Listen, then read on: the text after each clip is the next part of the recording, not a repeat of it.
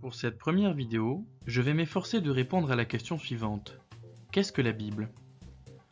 Petit disclaimer, sachant très bien que tout le monde a ses propres opinions religieuses et que nous vivons dans un pays de respect des opinions, je vais adopter un point de vue très généraliste pour aborder le sujet de la Bible, me basant principalement sur les textes bibliques en français de Louis II et pour les textes anglais à ceux de la King James Version. J'expliquerai mon choix ainsi que les différences à la fin de la vidéo, pas d'inquiétude. Mais enfin, parlons peu, parlons Bible.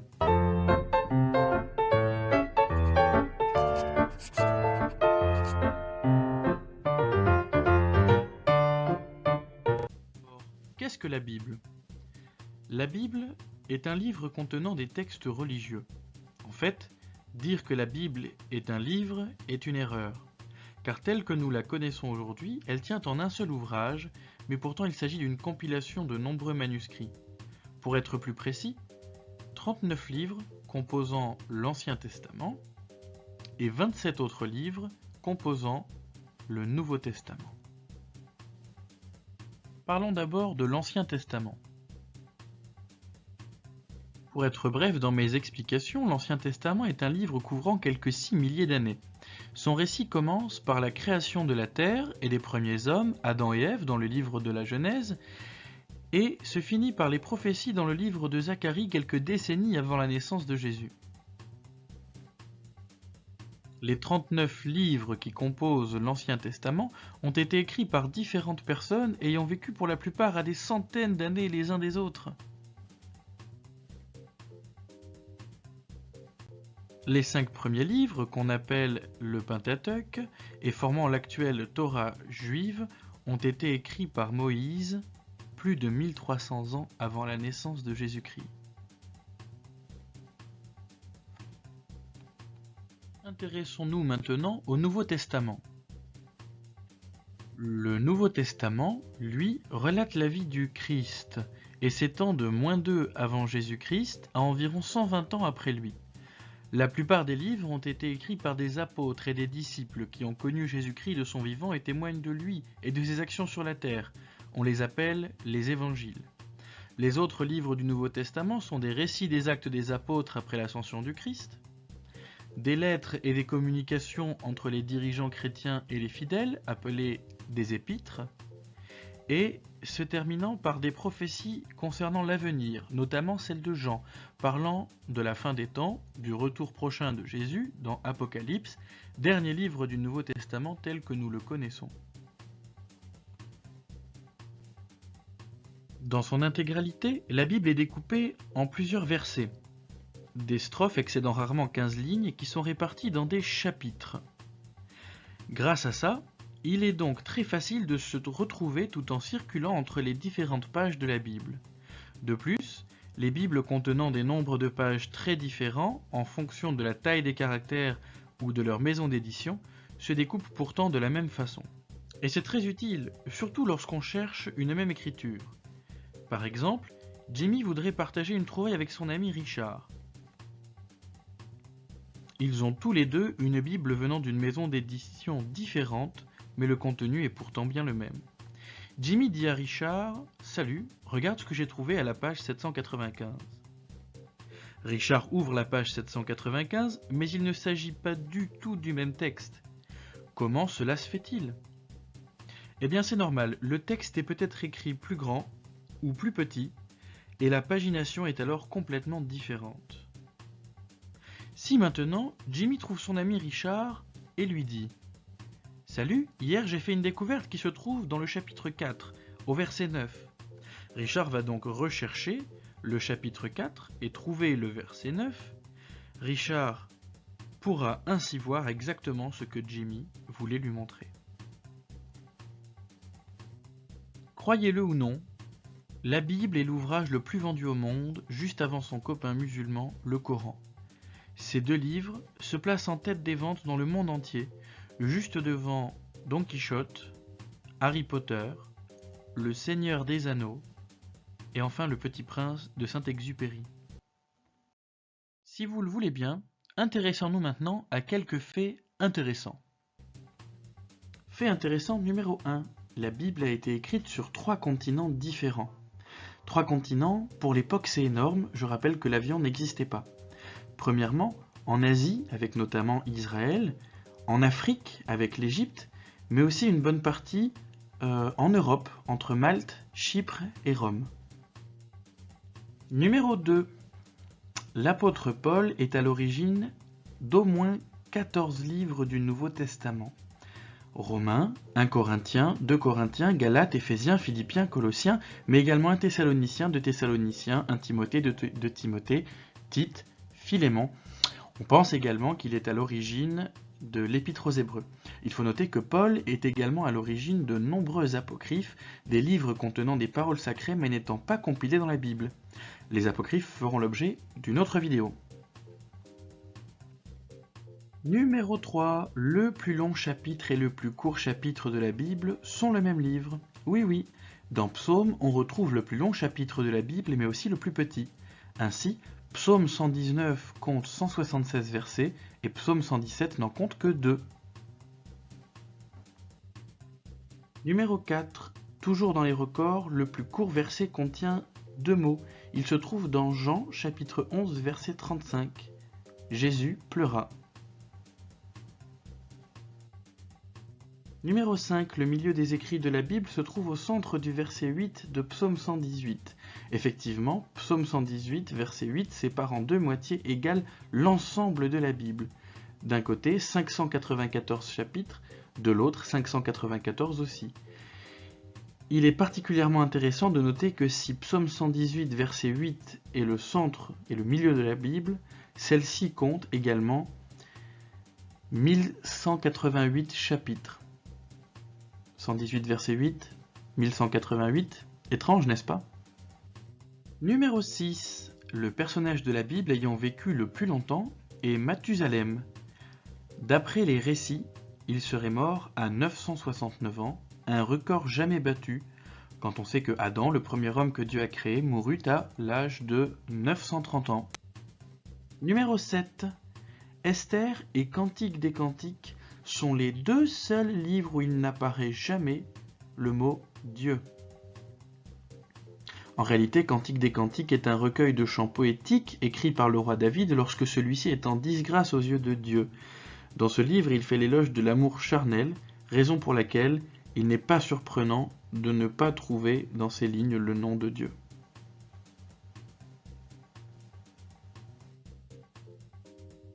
Numéro 8.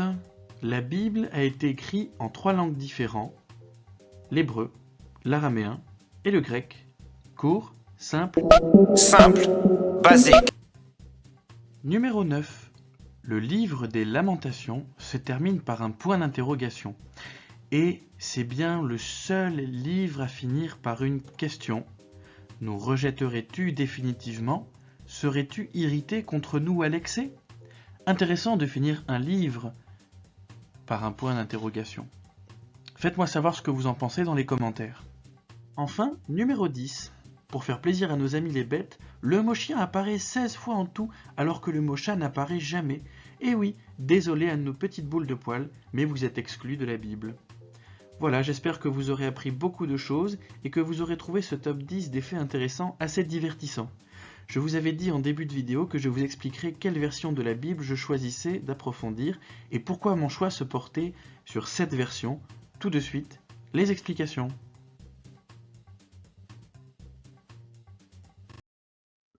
Il existe une multitude de versions de la Bible. Les différences de versions viennent des méthodes utilisées pour la traduction des textes originaux et également de l'année de traduction, car en fonction de l'époque, la langue change et évolue. Il m'a donc fallu réduire le nombre de versions sur lesquelles je devais me baser pour réaliser mes vidéos. J'ai donc comparé toutes les Bibles que je connaissais. Voici comment j'ai procédé. Premièrement, je les ai classées en 6 familles. Je les ai rangées comme cela. Numéro 1, les dérivés de la Bible. On y trouve un très grand nombre d'ouvrages, reprenant en partie les textes bibliques ou les interprétant, les adaptant pour les enfants et les illustrant. Là, on y voit la Bible illustrée pour les jeunes, les Saintes Écritures, traduction d'un monde nouveau, version des témoins de Jéhovah, ou encore la Bible expliquée. Vous comprendrez bien sûr que je ne me baserai pas sur ces textes, à mon sens non canoniques, Donc, ne nous y attardons pas. Numéro 2. Les Bibles à influence catholique, comme la Bible de Jérusalem, la Bible Hostie, publiée pour la première fois en 1973, ou encore la Bible catholique Crampon de 1923. Bien sûr, ce sont de très bonnes traductions, mais j'ai décidé de les éliminer d'office car trop orientées. Je ne veux ni privilégier le catholicisme, ni le protestantisme, ni aucune autre branche du christianisme, mais vraiment garder un œil neutre en matière de textes saints. Numéro 3. Les Bibles simplifiées. On trouve ici des textes simplifiés reprenant assez fidèlement le déroulé traditionnel des récits. Ces versions sont particulièrement conseillées pour commencer à lire la Bible lorsqu'on est jeune et qu'on n'a pas forcément le désir de l'étudier. Les plus connus sont la Bible du Semeur, la Bible Parole de vie ou encore la Bible des peuples. Ces versions utilisent un vocabulaire de 3000 mots maximum et ne peuvent donc pas être assez précises à mon sens. On ne va donc pas s'en servir de référence non plus. Numéro 4. Les Bibles interprétées. J'entends par là les Bibles qui ont été écrites avec l'intention de donner une interprétation de manière que les textes traduits restent les plus fidèles possibles aux textes hébraïques et grecs. Mais de fait, ils privilégient la forme au fond. C'est le cas de la Bible Chouraki, que je conseille pour une étude avec un point de vue judaïque, et la Bible Derby. Cependant, s'agissant de Bibles interprétées, elles ne seront pas non plus utilisées pour la confection de mes vidéos. Numéro 5. Les Bibles neutres.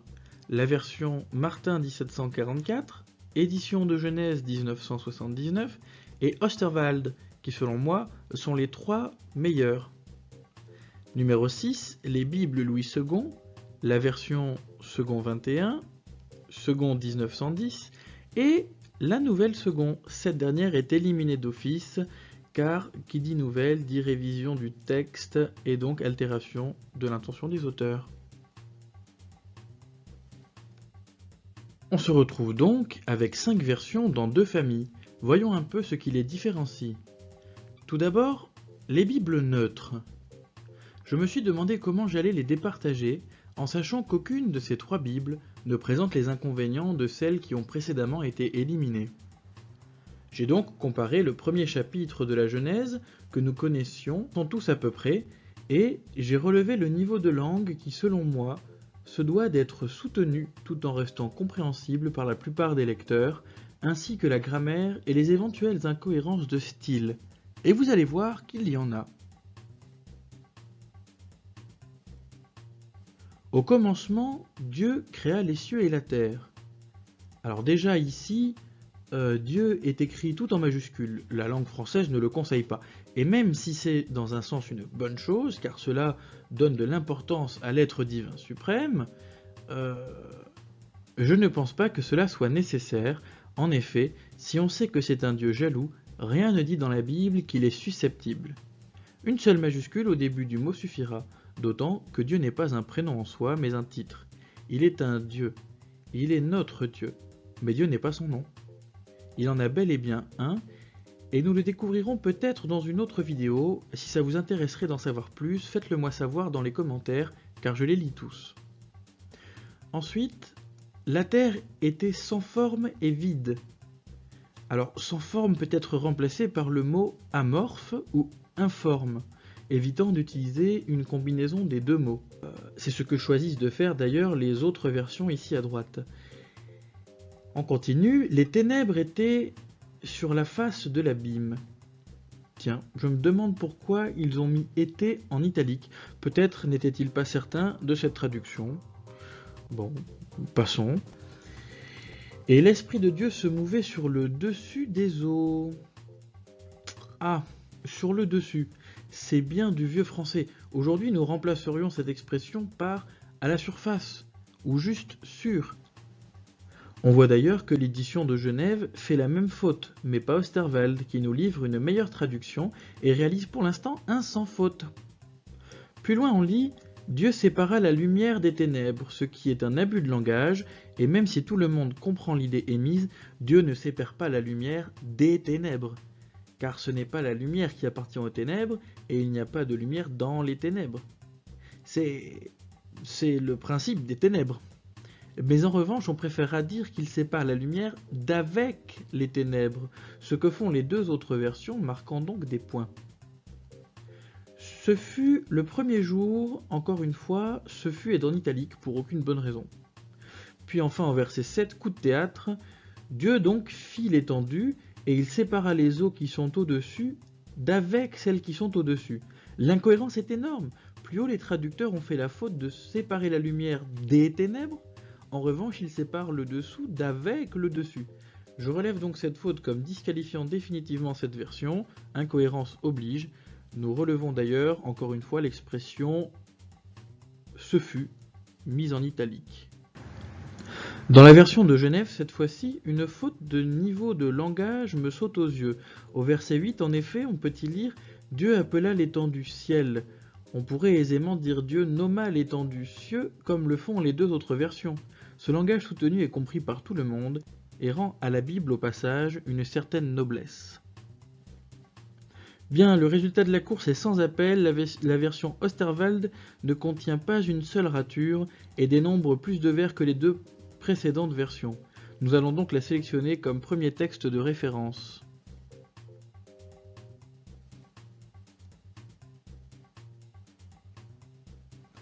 Passons maintenant aux Bibles Louis II. Je rappelle que la version Nouvelle Second avait précédemment été éliminée. Il nous restait donc la version Second 21 et Second 1910 ici au centre. Pour les différencier, j'ai procédé exactement de la même manière. Comparons un peu les textes.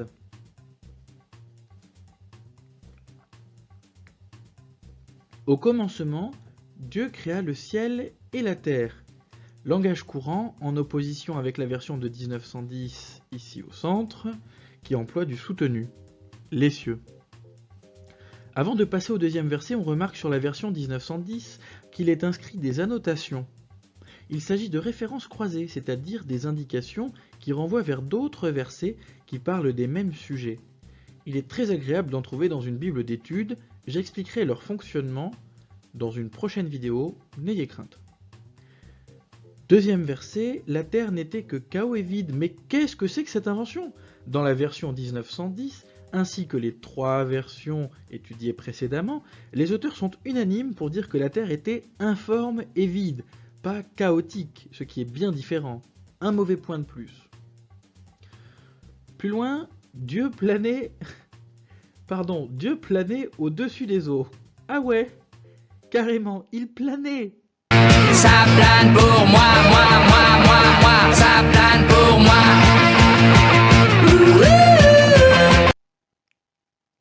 Bon, les deux textes emploient cependant l'expression au-dessus. Je préférerais à la surface, mais on va faire avec. Verset 3, Dieu dit qu'il y ait de la lumière et il y eut de la lumière. J'arrête tout de suite. Tout le monde connaît l'expression, même les non-croyants, il est d'usage de dire que la lumière soit et la lumière fut. La seconde 21 m'en a trop fait. Je privilégierai la seconde 1910 qui est bien plus correcte. J'abrège ici et je vous laisse les comparaisons quelques secondes. Et bien voilà, c'est terminé pour aujourd'hui. J'espère que cette entrée en matière sur le sujet de la Bible vous aura plu. Les prochaines vidéos seront bien plus courtes et traiteront d'un sujet plus précis. Si vous avez aimé, n'oubliez pas un petit pouce bleu en partant, ça fait toujours plaisir. Et si vous n'avez pas apprécié, laissez-moi des conseils dans les commentaires. Je vous promets d'en prendre connaissance, ils m'aident à m'améliorer. Alors, merci d'avoir partagé ce moment avec moi et à la prochaine.